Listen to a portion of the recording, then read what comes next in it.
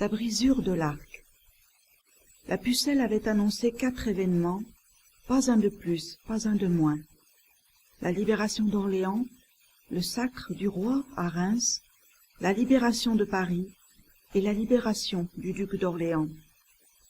Personne n'y avait vraiment prêté attention avant la réalisation du premier.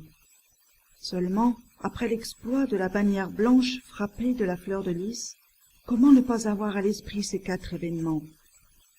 Il ne manquait que le 5e, pensa le comte. Celui-ci serait son accusation.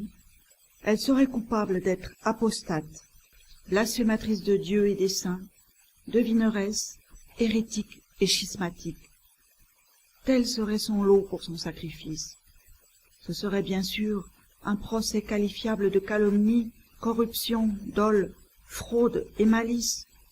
Seulement, cela ne changeait rien au présent. Il fallait donc agir non pour changer l'histoire, car la justice finirait par être donnée, mais le cours du temps. Sans la brisure de l'arc, le joug anglais serait toujours présent sur la terre de France. Le comte et ses frères d'armes se devaient donc d'accentuer à leur comble les effets du changement de phase. Telle une vague, l'impact devait se propager sur toute la France et sur tous les territoires occupés.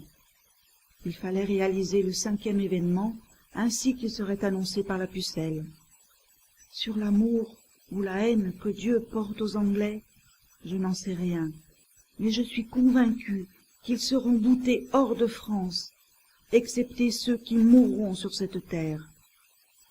La préparation du terrain était imminente et la semence urgente.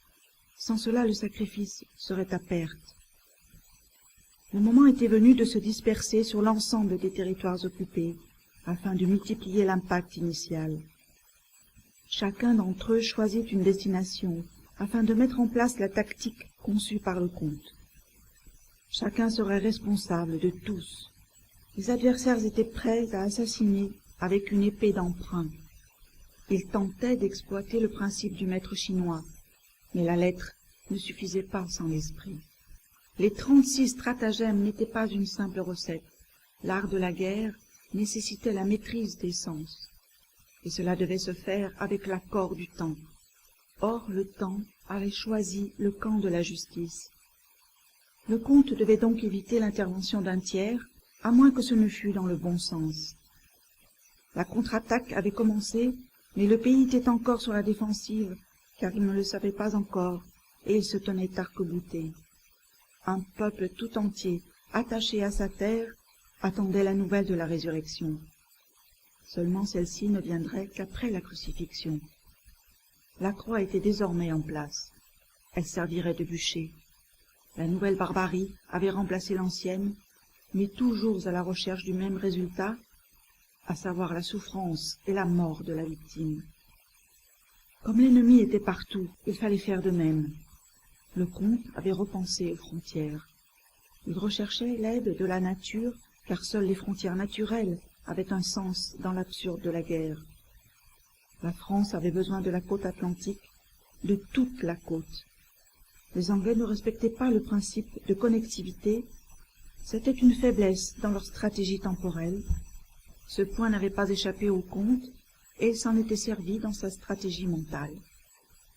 Les frères d'armes ne se contenteraient pas de souper le peuple.